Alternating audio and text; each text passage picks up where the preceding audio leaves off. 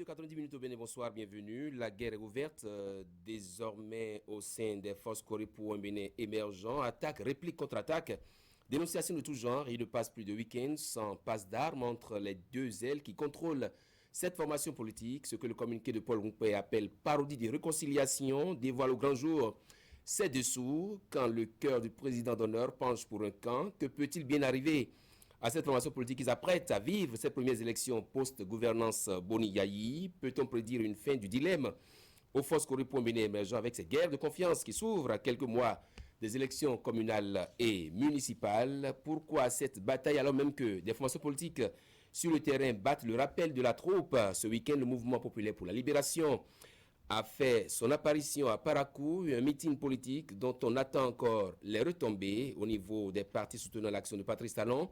La sérénité semble de mise, surtout avec l'entrée de Séfou Fagbogon au bloc républicain et des émigrants du littoral qui font aussi leur adhésion à ce bloc sous la houlette de l'honorable Chantal Ayi. Des élections communales promises à une très bonne ambiance de campagne. Est-on tenté de conclure ce soir avec Vigile Avancé plus dans la C où nous ferons le décryptage de ces différents sujets? Bonsoir Virgile, bienvenue sur ce plateau. Merci.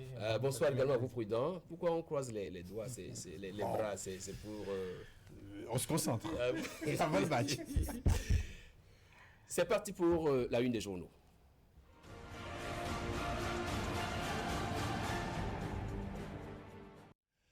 Fraternité, force Corée pour mener émergent, une parodie de réconciliation et une guerre sans fin. Prévention des incendies de coton au Bénin.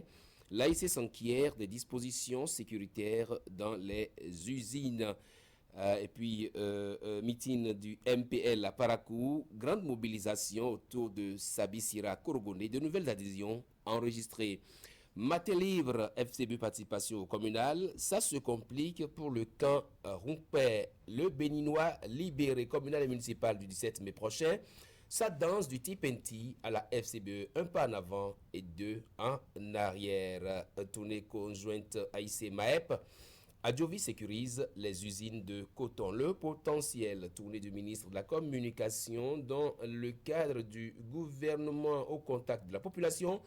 Le plateau témoigne son amour à la rupture, les réformes saluées des doléances recueillies pour Patrice Talon. Guerre de communiqué entre les camps Rompé et Atchadé. Le navire FCBE coule à 3 mois des communales. Quotidien Le Meilleur, mise en place du réseau des femmes leaders africaines du Bénin. Le ministre Véronique Tony-Fodé a-t-elle oublié le bras armé du président Patrice Talon? Et puis, installation d'une compagnie militaire dans le parc W. Le gouvernement renforce la sécurité au nord-ouest du pays. Mise en œuvre libération, mise en œuvre du volet assurance maladie du projet Arche, un bilan d'étape satisfaisant et rassurant. Et puis intrigue pour la déstabilisation de son propre parti. Yayi aux manœuvres contre la participation de l'opposition au communal. La nation, opérationnalisation de l'âge, l'assurance maladie pour tous. En 2020, réalisation du programme d'action du gouvernement. Les populations du plateau édifiées. Bénin intelligent, fermeture des frontières. La CEDEAO très préoccupée. Sévoufaboron Talon. Le plateau salue un rapprochement de développement nord-sud quotidien pour terminer. Microcrédit aux plus pauvres. Pourquoi la suspension? Bientôt le retour. Et puis cinéma Adou, la nouvelle œuvre lancée. Voilà donc qui met un terme aux journaux sélectionnés. Place maintenant au duel.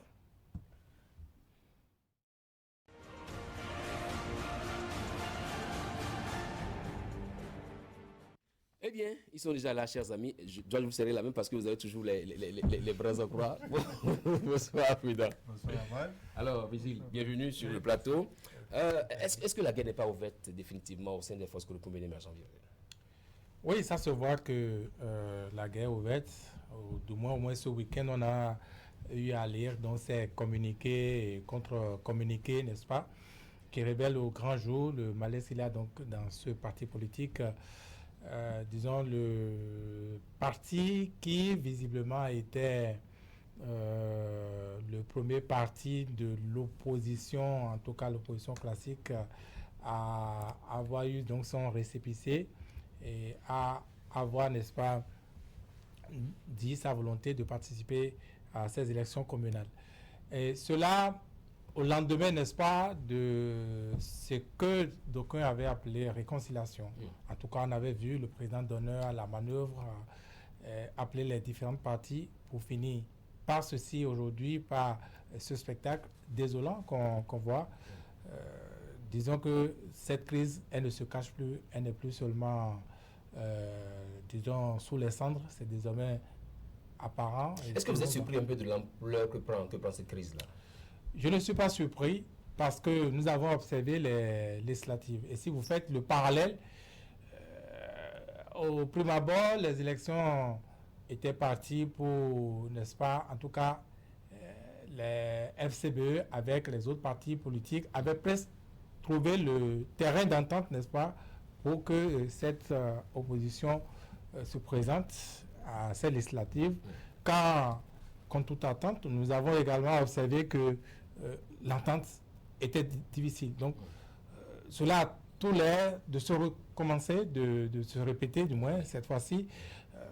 Voilà FCBE qui s'était annoncé comme un parti de l'opposition, le plus sérieux parti de l'opposition en découdre avec la mouvance, quand subitement cette crise qu'on voit aujourd'hui visiblement n'est pas de nature à permettre les choses.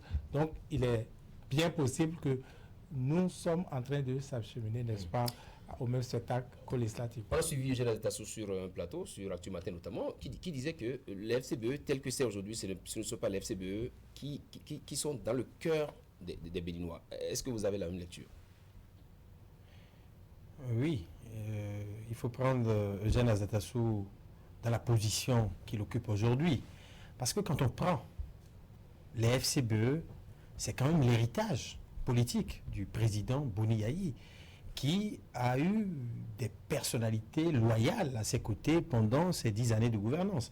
Et la loyauté de ces personnalités-là a fondé justement les postes qu'ils ont occupés après le fameux congrès de Parakou, qui a consacré la naissance donc des FCBE en tant que parti politique, un peu avant l'avènement du régime de la rupture. Et après qu'ils aient perdu le pouvoir en 2016, on a vu tout ce qui s'est passé avec justement les déboires pour un certain nombre de personnalités. Et c'est justement dans ce contexte que le parti n'a pu obtenir son récépissé un peu avant les législatives, du fait que au niveau du ministère de l'Intérieur, on leur exigeait de changer des noms comme l'USL aujourd'hui. L'USL est restée égale à elle-même en tant que formation politique en ne s'exécutant pas aux exigences, en ne se conformant pas aux exigences des cadres du ministère de l'Intérieur.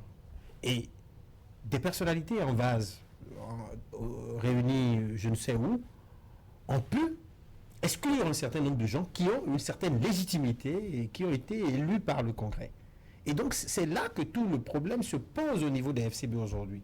Et ce travail, ils l'ont fait pour avoir un document qui leur confère la légitimité. Puisque avant cette étape, le parti n'était plus reconnu par les autorités du ministère de l'Intérieur. Donc aujourd'hui, ceux qui ont exclu des gens n'ont pas l'assentiment de ceux qui incarnent l'héritage des FCBE. Vous pensez donc qu'il y a une guerre entre ceux qui sont devenus des ouvriers de dernière heure pas vraiment. Et ceux qui incarnent réellement les forces groupées d'émergence? Parce que quand on voit les cacites de l'ancien régime, les cacites des forces Coripo Bénin émergents, on retrouve les Eugène Azetasu, les Alassane Tigri. Mais ceux-là sont aujourd'hui. Ils ne sont pas du côté, ils se posent au niveau des FCB aujourd'hui une question de légitimité. Et j'ai comme l'impression que ceux qui ont eu le récépissé veulent aussi dribbler les autres. Parce qu'ils sont en minorité, il faut le dire clairement. Ils sont en minorité. Parce que s'ils étaient majoritaires, je pense que le jeu démocratique allait se jouer au niveau de la formation politique. Mais se prévalant d'un titre administratif, ils sont en train de se jouer du grand groupe qui jouit d'une certaine loyauté auprès de l'ancien président d'honneur. Oui, Virgile, sur la question. Est-ce que finalement, ce n'est pas une parole de réconciliation qui révèle aujourd'hui ces dessous? Non, je pense qu'à la vérité, on a trouvé, n'est-ce pas, que Boni Yayi avait été intelligent politiquement, au point, n'est-ce pas, d'avoir rusé, on va dire, et obtenir son récépissé. Mais il se trouve aujourd'hui, et la question est de savoir non, mais pour le moment, on dit qu'il n'a eu que copie et que l'acte n'a pas été non, je n'en parle même pas. Je ne D'accord. parle même pas encore de cette copie. Je D'accord. parle d'abord du récépissé. récépissé obtenu au ministère de De l'Intérieur. l'intérieur. Pas le cas Humpé, alors. Pas le cas Humpé, mais il s'est révélé que le cas Humpé avait bel et bien le soutien, Oui. De Boni Yayi. Yayi, ok. n'est-ce pas? Et c'est pour cela qu'il a eu, n'est-ce pas, ces séances de réconciliation auxquelles on a assisté par la suite. Mais la question aujourd'hui est de savoir, n'est-ce pas, entre Humpé ou le cas Humpé et Boni Yayi, qui a convaincu qui d'aller chercher le récépissé. Ça peut être banal, mais tout est là de mon point de vue. Parce que, oui. parce que si ce sont les Humpé, les Yarou qui ont convaincu Boni Yayi que la ruse, c'était cela, vous comprenez que cette ruse peut être justifiée. Boni Yayi avait sa fin, je veux dire, son objectif, sa finalité, mais les Humpé également. Et c'est la finalité des Humpé qui se révèle aujourd'hui, de mon point de vue. Et donc, les Humpé, ils ont fait l'essentiel et il ne vous aura pas échappé que certains sont revenus parmi eux. Yarou, par exemple, pour ne pas le nommer, qui avait des démêlés avec le régime, qui entend facilement revenir, n'est-ce pas, pour obtenir ce récépissé, prendre le devant des choses. Et donc, pour moi, tout cela n'est pas gratuit. Aujourd'hui, on a remis le récépissé à Boni Yayi, comme vous dites. Est-ce, comme vous dites, la photo ou la photocopie? En fait, c'est Azatassou qui dit que c'est pour le moment c'est la copie qui a été remise. Oui, oui. Non, moi je pense que il y a une manœuvre qui se joue quelque part. Il y a une manœuvre qui se joue. Parce que quand on observe les rapports de force politique depuis l'avènement du régime de la rupture, on peut bien, et à juste titre, analyser la situation en se demandant si des gens ne tirent pas sur la ficelle ou que si une manœuvre n'est pas bien orchestrée. Parce que quand on prend, je dirais, le dernier bureau du parti, en tout cas avant la relecture des tests, quand on prend le dernier bureau, Yarou devait être celui qui doit porter le parti politique, même si on devait changer des noms comme l'exigeait le ministère. Et Yarou fait partie des gens qui avaient la confiance de Boni Yayi. Mais aujourd'hui, ce pouvoir, le fondé de pouvoir des FCB aujourd'hui se trouve être rompé. Or, quand on prend la formation politique elle-même, dans son ancrage, on ne va pas retrouver l'ancrage des FCB dans le mono ou le koufo, dont est issu Rompé. Et quand vous voyez, Dianotin, qui avait les coups de France au niveau de ce parti-là, jouissait d'une grande confiance de par sa proximité religieuse avec l'ancien président. Et vous savez, les évangéliques ont une fermeté religieuse qui ne leur permet pas de jouer à de double jeu. Donc, ça avait prévalu dans le poste qu'il avait occupé. Donc, si on devait changer des noms, je ne vois pas Rompé jouir de la confiance de tout le groupe. Vous voyez, parce que les jeunes Azatassou ont fait leur preuve au niveau de cette formation politique et avaient la confiance totale de Boni Yayi. Donc ceux-là sont laissés sur le carreau aujourd'hui. Et celui qui a tous les pouvoirs, qui est le fondé de pouvoir de cette formation politique aujourd'hui, se trouve être Rompé. Or, le président d'honneur, au vu des tests, n'a pas...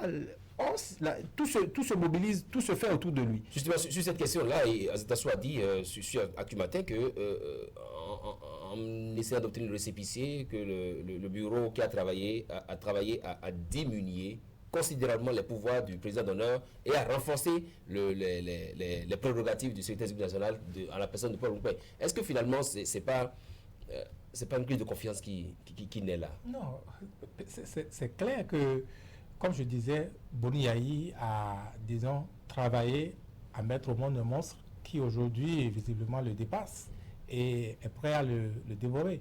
Moi, je n'ai pas d'autres images que ça. Parce que vous comprenez que les choses ne se jouent même pas au sein de ce parti politique. Les choses ne se jouent pas à la FCBE.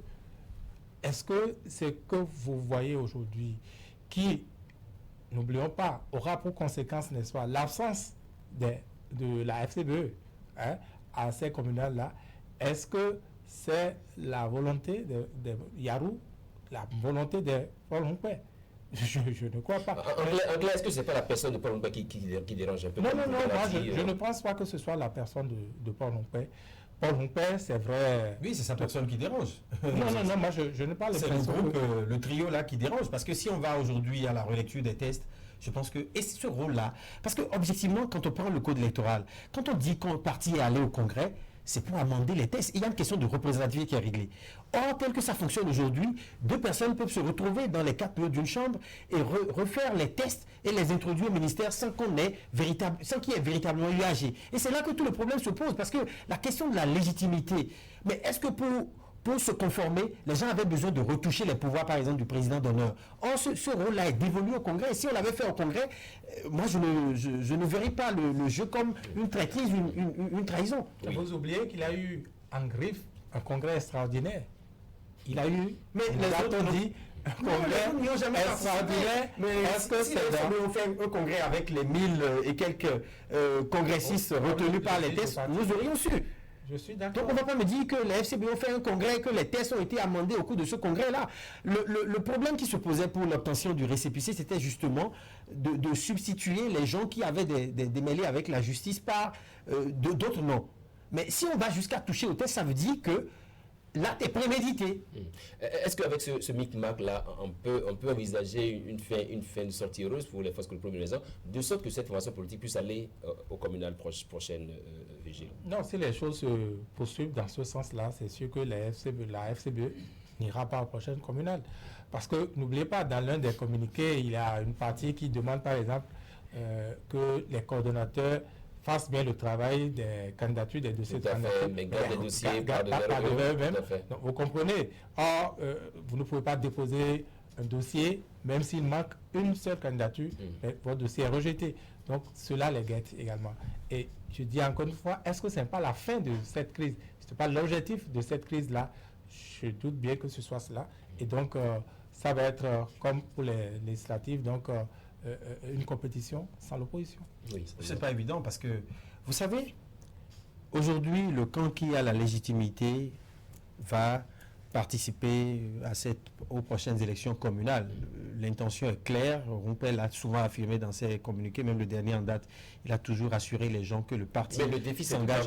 Janvier, avoir les 6 000 dossiers. Janvier, le parti légalement constitué l'aura.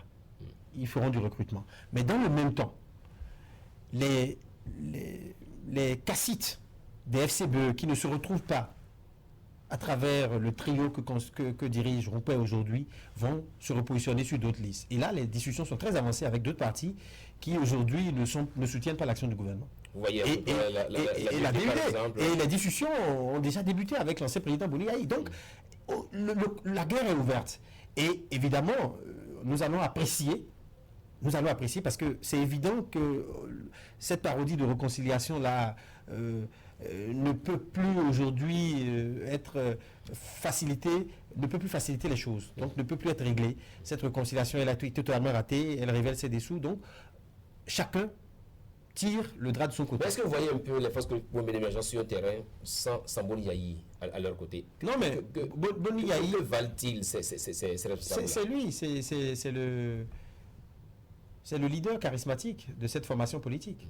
Et il va s'afficher, puisqu'il s'agit d'élections communales, il va s'afficher aux côtés d'un certain nombre de gens, certainement, qu'il va migrer vers d'autres formations politiques qui ont leur réalisé. De cette actualité. Est-ce que finalement Boni-Yayi va se dire, bon, okay, je laisse de côté le camp qui a le CPC et je m'acoquine avec ceux que je dois positionner sur d'autres listes pour quand même afin qu'ils soient élus? Non, si c'est l'issue finalement, ce n'est pas impossible. Là, Boni-Yayi devra choisir son camp, aura choisi son camp. Et si Boni-Yayi, le langage pendant la campagne était par exemple que les Rumpel nous ont volé notre parti, nous ont volé notre Corée, ben, on se range du côté de X parti, et après la compétition, on va régler nos comptes. Vous comprenez que ce côté-là aura de fortes chances, n'est-ce pas, de l'emporter sur le Corée de Paul Rumpel. Par exemple, et Paul Rumpel et compagnie, n'est-ce pas, qui visiblement ne ferait pas autant le poids qu'un certain Boni-Yayi, par exemple, dans leur formation politique. Ça, c'est visible, ce n'est pas une insulte. Cela dit, la faiblesse de cette situation serait que aujourd'hui, nous sommes par exemple, à l'heure des positionnements sur les listes électorales. Et le calendrier, l'agenda de la séance, ça n'entend pas les querelles d'un parti politique. Et donc, il faut y aller. Les gens, dans la foulée de cette crise, se décident qui pour le Bloc républicain, qui pour l'Union progressiste, qui pour le PAD. Donc, se décident en faveur de leurs adversaires. Ce n'est pas pour arranger les choses. Donc, au finish, eh bien, la FCBE, telle que beaucoup de Béninois le rêvaient, le parti pour dire son mécontentement contre la gouvernance de Patrice Talon, cela risque bien de ne pas être ça si la crise là devait perdurer. Ça pourrait donc jouer en faveur des camps de la mouvance alors, oui, si ça restait comme ça. Jouer en faveur des camps de la mouvance, ça c'est pour les adhésions, pour les positionnements actuellement. Mais les populations, je crois que cela pourrait, n'est-ce pas, jouer en faveur de l'abstention, par exemple, qui ne pouvant plus aller punir, sanctionner le régime, n'est-ce pas, vont rester à la maison comme on en a vu pendant les législatives. Un mot rapidement, on va passer à notre sujet. Je pense que les populations vont exprimer sans détour leur conviction de vote, parce qu'il s'agit d'élections communales. Et j'ai bien peur que cette élection ne révèle la carapace vide que détient Paul Rompé et compagnie. Parce que le vrai visage des Foscori pour un Bénin émergent est incarné par un certain nombre de militants charismatiques qui se réunissent aujourd'hui autour du leader Boniaï. Et nous connaissons la position de ce dernier. Il se sent aujourd'hui floué. Il va s'investir dans la campagne électorale s'il arrivait à positionner ses militants sur d'autres listes. Et ceux-là, sur d'autres listes, feront justement campagne et les populations, feront sortir les populations pour aller voter. Oui, justement, on en vient maintenant à cette actualité-là. Au sein du Bloc républicain, il y a des prises. Hein. Il y a Fagon qui rejoint le Bloc républicain. Il y a également des événements électoraux qui rejoignent le Bloc républicain. Est-ce que finalement, c'est pas une bonne affaire pour les partis qui sont la chef de l'État? Non, parlant de Fagon, pour moi, c'est moins la prouesse du Bloc républicain que la conséquence, n'est-ce pas, de cette inconséquence de l'opposition qui traînait à prendre ses marques. C'est peut-être pas sa faute, hein, parce que le colosse en face peut-être était ingérable. Enfin, ça peut être également ça. Et donc, Fagon, on l'aura observé pendant plus de 4 ans, résister quand même à aller au pouvoir. Et pourtant, ce n'est pas les avances qui ont manqué. On a vu cette fausse adhésion d'ailleurs au Bloc républicain, le même Bloc républicain, avec sa fille. Et cette fois-ci, je crois que c'est la bonne, puisqu'on a vu les images au domicile du chef de l'État, Patrice Talon, où, n'est-ce pas, il allait officiellement annoncer son arrivée. Et donc, oui, si l'opposition, n'est-ce pas, a été organisée, et je pense que cela traduit beaucoup de choses dans le pays. Vous voyez, certaines personnes qui ne sont pas d'accord, n'est-ce pas, avec la gouvernance de Patrice Talon, qui ont des choses à redire, mais qui, en même temps, nous parlent d'alternative, parlant de l'opposition. Donc, l'alternative, en l'absence d'alternative, vous avez deux choix, soit vous vous taisez, soit vous allez plutôt vers ce que vous ne voulez pas, n'est-ce pas, histoire de vous couvrir pour raison de sécurité. Oui, prudent. Non, mais objectivement, dans la réforme du système partisan, le parti, vu l'âge et je dirais le poids de l'âge du président Séfou Fagbohon, devrait se fondre dans les grands regroupements. Sinon, cette formation politique allait disparaître. C'est vrai que la fille qui a pris les commandes est restée égale à elle-même pendant tout ce temps, mais il a fallu que le vieux vienne à la rescousse pour que la migration se fasse. Et donc aujourd'hui, ils sont dans la logique de la reconstitution du paysage politique de notre pays. Et ces adhésions au bloc républicain, ce n'est pas rien, parce que nous connaissons le poids politique de Séfou Fagbohon et sa fille dans certaines zones de notre pays. Et je pense que ça va payer pour les prochaines élections de proximité, parce que dans le même temps aussi, il fallait, je dirais, trouver un parapluie aux militants de cette formation politique qui était en l'air, parce que cette formation politique avait des élus communaux dans certains conseils communaux. Donc il faut justement aider ceux-là dans le contexte de réforme du système partisan à avoir des partis crédibles pour reconquérir leur siège. Donc ça c'est bon pour ce qui est du côté de Fagbohon, mais pour ce qui est de l'adhésion des émigrants, je pense que Chantal Aïe est dans son fief, puisqu'elle a été élue députée ici. à Cotonou. Et on comprend bien que dans un contexte de mobilisation et de travail de proximité, elle continue par travailler pour le parti, surtout pour que prochainement le parti puisse prendre sa revanche sur l'UP, parce qu'ils se disent au niveau du BR qu'ils doivent aujourd'hui, à travers les communales, prendre leur revanche, montrer toute leur hégémonie dans certaines circonscriptions, et c'est ce que Chantal fait dans Cotonou.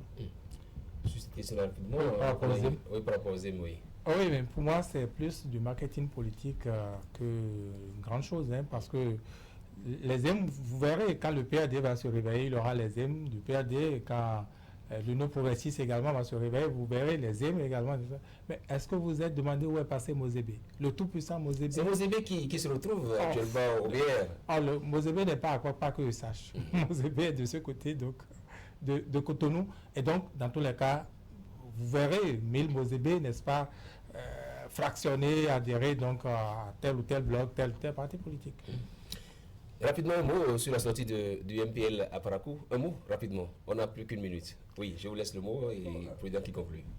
Bon, moi, le MPL a désormais son récépissé, donc c'est moins, donc ce mouvement tel qu'on le voyait, c'est un parti politique. Mais attention, vous savez, c'est pas aisé, c'est pas un jeu aisé, hein, man, de constituer, n'est-ce pas, une liste et d'aller aux élections, surtout à ces élections communales. Parce qu'on n'a pas idée.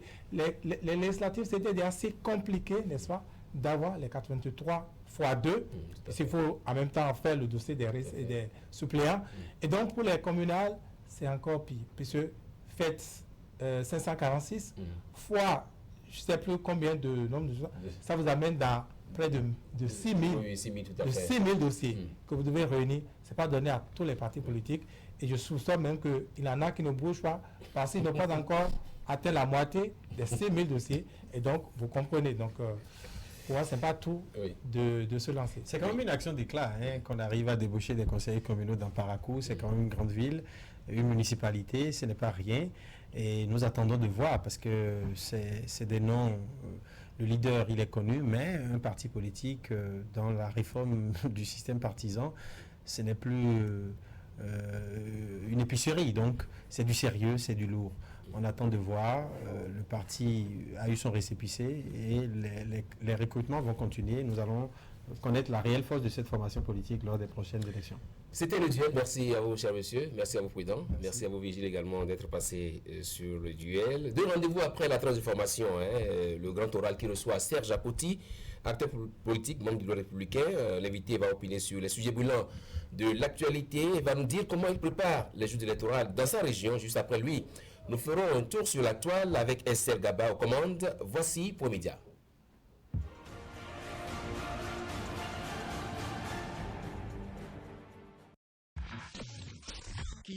Pour sauver les forces Kori pour un Bénin émergent du désastre politique dans lequel ces responsables s'embourbent. La question au cœur de votre émission Actu Matin de ce lundi, plus rien ne va chez les Kori. Les événements de ces derniers jours nous en donnent la preuve. À quelques mois des élections, eh bien, le parti de Boliaï, président d'honneur des FCBE, est dans la tourmente. Des camps se forment, des communiqués fusent. Ce jour, la crise au sein du parti Force Kori pour un Bénin émergent fait la une de quelques parutions comme Fraternité, Le Matinal, La Dépêche, Notre Époque, Matin Libre. Notre Époque note la déchirure qui s'intensifie au sein de ce parti quand Matin Libre souligne que ça se complique pour le camp Humpé. Alors se demande La Dépêche qui tire les ficelles dans l'ombre. À en croire Le Matinal, Paul Humpé dénonce les pyromanes. Le journal écrit que le secrétaire exécutif national du parti Force Kori pour un Bénin émergent, Paul Humpé, a réagi au communiqué de certains membres du bureau exécutif national invitant les coordonnateurs de circonscription et secrétaires exécutifs à garder par devers eux les dossiers des candidats pour les communales et les municipales du 17 mai 2020. Le PH, le président d'honneur, qui était comme une instance du parti, dans les vieux documents, ne l'était plus. Bon. Alors, lorsque vous faites comme ça, et que vous criez président d'honneur partout, et que vous faites chanter Yaïboni partout, ça ne suffit pas.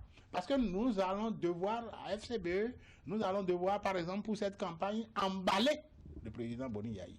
Mais si vous le dessaisissez de ses prérogatives, c'est clair que nous allons au-devant de problèmes.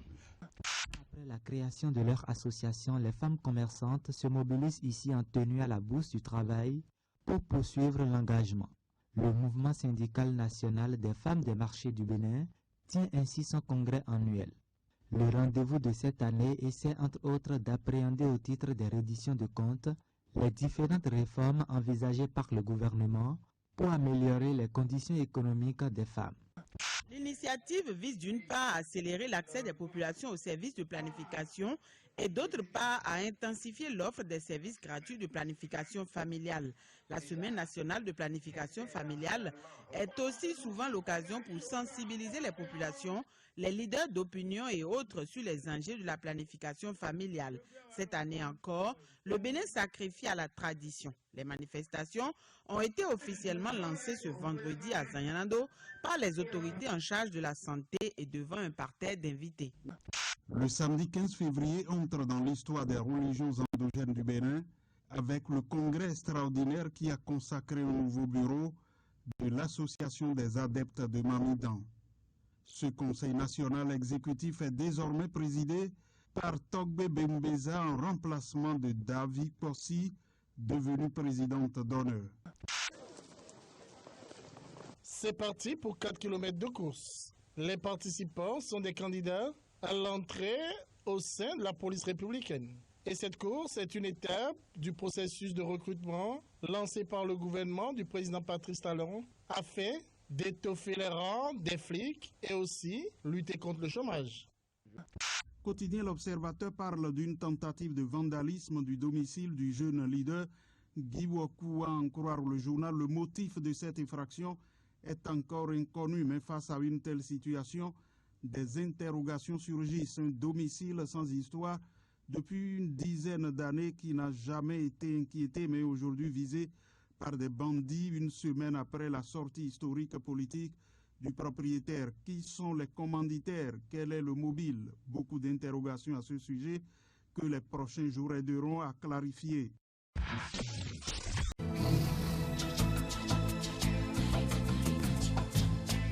Vous aimez la qualité, vous exigez la finesse. Pour tous vos travaux en impression, flyers, affiches, dépliants, brochures, calendriers, facturiers, faire-part, cartes de mariage, cartes de visite et vos travaux en sérigraphie.